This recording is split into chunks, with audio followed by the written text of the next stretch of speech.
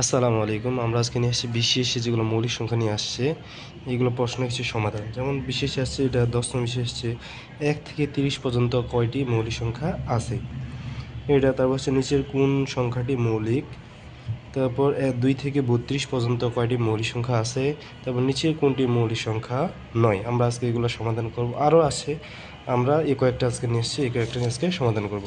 এটার জন্য আমরা যদি এই যে বিশেষ করে 1 নাম্বার 3 নাম্বারটা পাইতে চাই, যে 1 থেকে 30 পর্যন্ত কয়টি মৌলিক সংখ্যা আছে বা 2 থেকে 32 এর মধ্যে কয়টি মৌলিক সংখ্যা আছে, তাহলে আমাদের তো ওইভাবে, কারণ তখন তো আমাদের বিশেষ যখন আমরা পরীক্ষা দিতে যাব, একটা এমসিকিউর জন্য সময় থাকবে 30 সেকেন্ড থেকে 35 সেকেন্ড, তাহলে আমাদের হাতে গোনার সময় থাকবে না।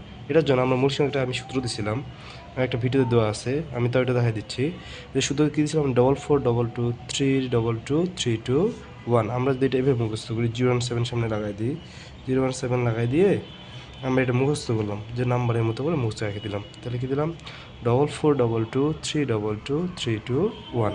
এখন এই 44 মানে কি, আমি 44 বলছিলাম যে 4 মানে 1 থেকে 10 পর্যন্ত, 1 থেকে কি পর্যন্ত, 1 থেকে 10 পর্যন্ত কয়টা আছে, 4টা মৌলিক সংখ্যা আছে এরকম। তাহলে 11 থেকে 20 পর্যন্ত কয়টা আছে, 4টা। তারপর 21 থেকে 30 পর্যন্ত আছে 2টা। 30 থেকে 40 পর্যন্ত আছে কয়টা, 2টা। 40 থেকে 50 পর্যন্ত আছে 3টা। 50 থেকে 60 পর্যন্ত 2টা।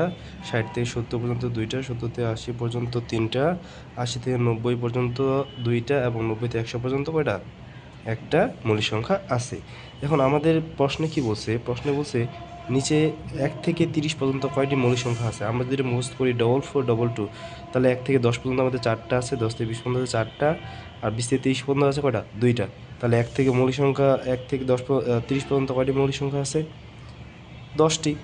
4টি, 8টি, আর 2টি করি 10টি। তাহলে আমাদের সহজ অ্যান্সার আমাদের কী হয়ে যাবে এখানে, 10টি। এখন 2 নম্বরটা, 3 নম্বরটা আমাদের কী বলছে, যে 2 থেকে 32-এর মধ্যে কয়টি মৌলিক সংখ্যা আছে। 2 থেকে 32-এর মধ্যে কয়টি মৌলিক সংখ্যা আছে। তাহলে আমরা কীভাবে করব, আমাদের 2 থেকে 32 পর্যন্ত আগে আমাদের দেখতে হবে, এই যে 44-এ, এই 44-এ 1 থেকে 10 পর্যন্ত 4টি কী কী, 4টি হচ্ছে 2, 3, 5, 7। হ্যাঁ, তারপর আমরা 20 থেকে তো এটা বাইর করার আমাদের দরকার নাই, 30 পর্যন্ত বাইর করার দরকার নাই, 30-এর পর। তাহলে এই 2, 3, 5 সাথে আমরা যোগ কত, যোগ হচ্ছে আমাদের 11 থেকে 20 পর্যন্ত আছে কয়টি, 4টি, প্লাস 20 থেকে 30 পর্যন্ত আছে কয়টি, 2টি, প্লাস এই যে আমাদের বলছে যে 2 থেকে 32 পর্যন্ত, তাহলে 30-এর প্লাস 32, 32-এর মধ্যে এই যে 31 সংখ্যাটি কি মৌলিক সংখ্যা, অর্থাৎ ওখানে 31টা আছে, 31টা আছে। আর এখানে আমাদের বলছে 2 থেকে, যে 2 থেকে 32-এর মধ্যে, অর্থাৎ যখন মধ্যে কথাটা থাকবে, 2 থেকে 32-এর মধ্যে কথাটা থাকবে, তখন আমাদের 2টা বাদ যাবে এবং 32 বাদ যাবে, এর মধ্যে যেটা আছে। তাহলে আমরা কি করব, 2টা বাদ দিব, 2টা বাদ দিব, 2টা ক্রস দিলাম। তাহলে এখানে কয়টা আছে, 1, 2, 3, এখানে 3টা, 4 প্লাস 2 প্লাস 32-এর মধ্যে, এখানে 30 থেকে 32-এর মধ্যে কয়টা আছে, একটা। তাহলে আমরা কী করবো, 3, 4, 7, 7, 2, 9, 1, 10টি, 10টি। তাহলে আমাদের এখানে কয়টা হবে, এখানে হবে 10টি।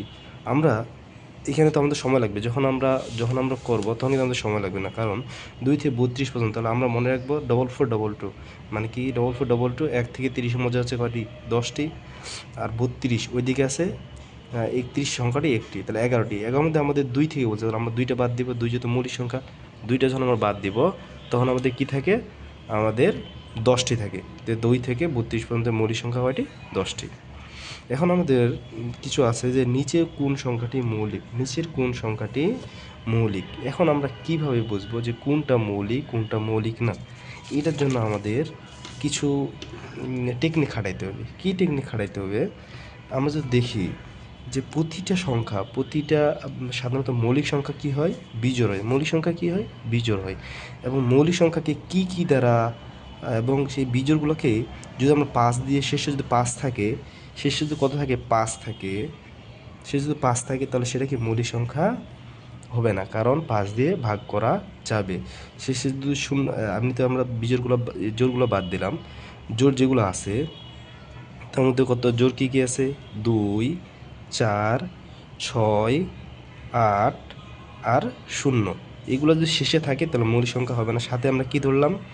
5 যদি থাকে তাহলে শেষে, তাহলে কি মৌলিক সংখ্যা হবে না। তাহলে মৌলিক সংখ্যা হবে কি কি দিয়ে?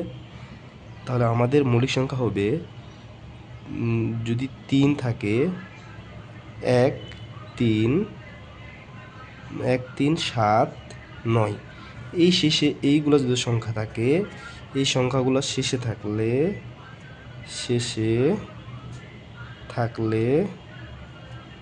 সেটা কি হবে? মৌলিক হবে। সেটা মৌলিক হবে। এখন মৌলিক হওয়ার সম্ভাবনা থাকবে যখন এই সংখ্যাগুলো শেষে থাকবে। এখন আমরা দেখি 1, 3, 7, 7, সবগুলোই তো আমাদের শেষে 1, 3, 7, 7, 7 আছে। সবগুলোর শেষে কি আছে? 1, 3, 7, 7। আমি কি বলছি? 1, 3, 7, 9 যদি সংখ্যাগুলো শেষে থাকে তাহলে সেগুলো কি মৌলিক সংখ্যা হবে। এখন দেখুন তো এখানে আছে 1, 3, 7, 7 সবগুলো, তাহলে সবগুলো কি মৌলিক না? এই যে 1, 3, 7, 9 যদি থাকে তাহলে সেটা কি মৌলিক হওয়ার সম্ভাবনা থাকে।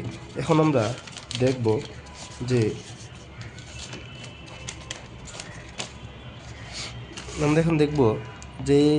এই যে 91, 193, 143, 47, 87, এখন এইগুলোকে সাধারণত এই যে আমি যে বললাম যে 1, 3, কী বললাম যে 1, 3, 7, 9, এখন এগুলো দিয়ে ভাগ কী দিয়ে যাবে?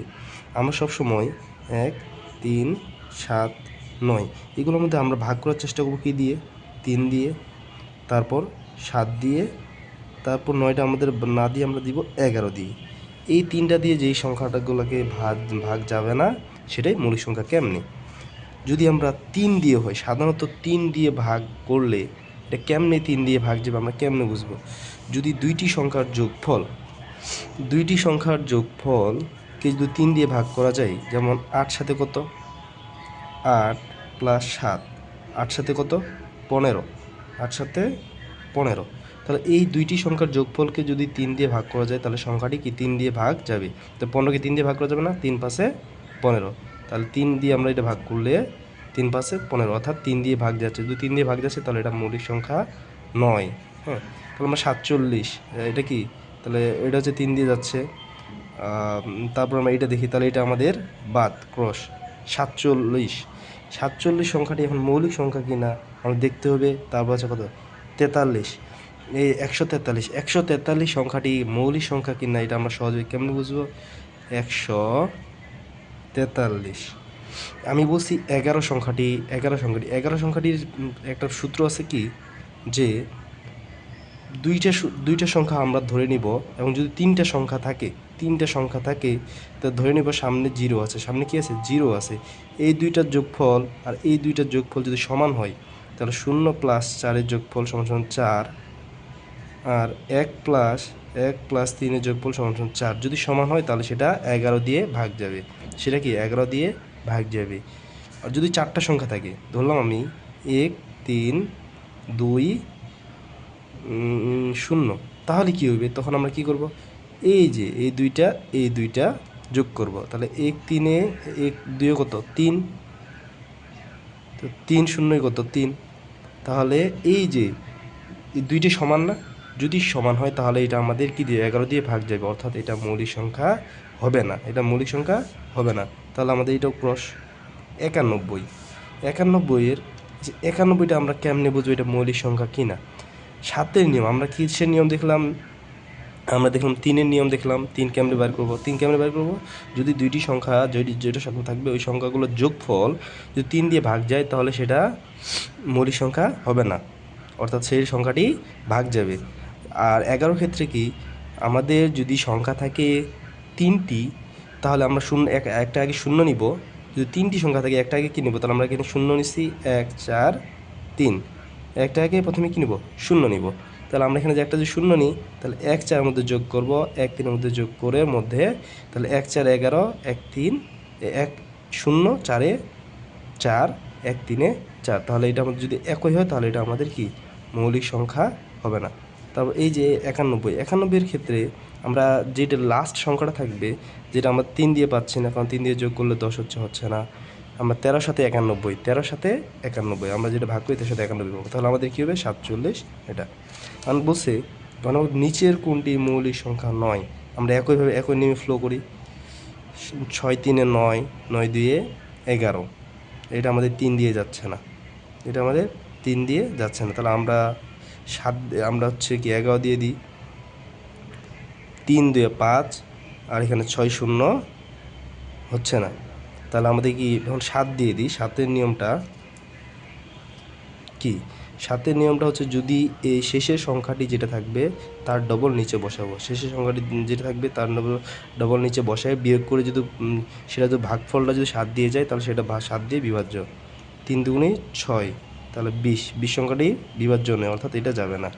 তারপর এটা আমাদের গুণি 3 3 6 2 8, তাহলে এটা আমাদের কি 3 দিয়ে যাবে না, তাহলে 3 দুগুণে 6, 3 দুগুণে 6, এখানে আমরা 6 বোঝাই 17, 23-এর মধ্যে 6 গেলে 17, এটা আমাদের ইয়া দিয়ে যাবে না, 7 দিয়ে যাবে না। 9 দিয়ে 11 দিয়ে তো যাবে না, কারণ 3 এখানে 0, 3 0 3, 2 3 5 হবে না।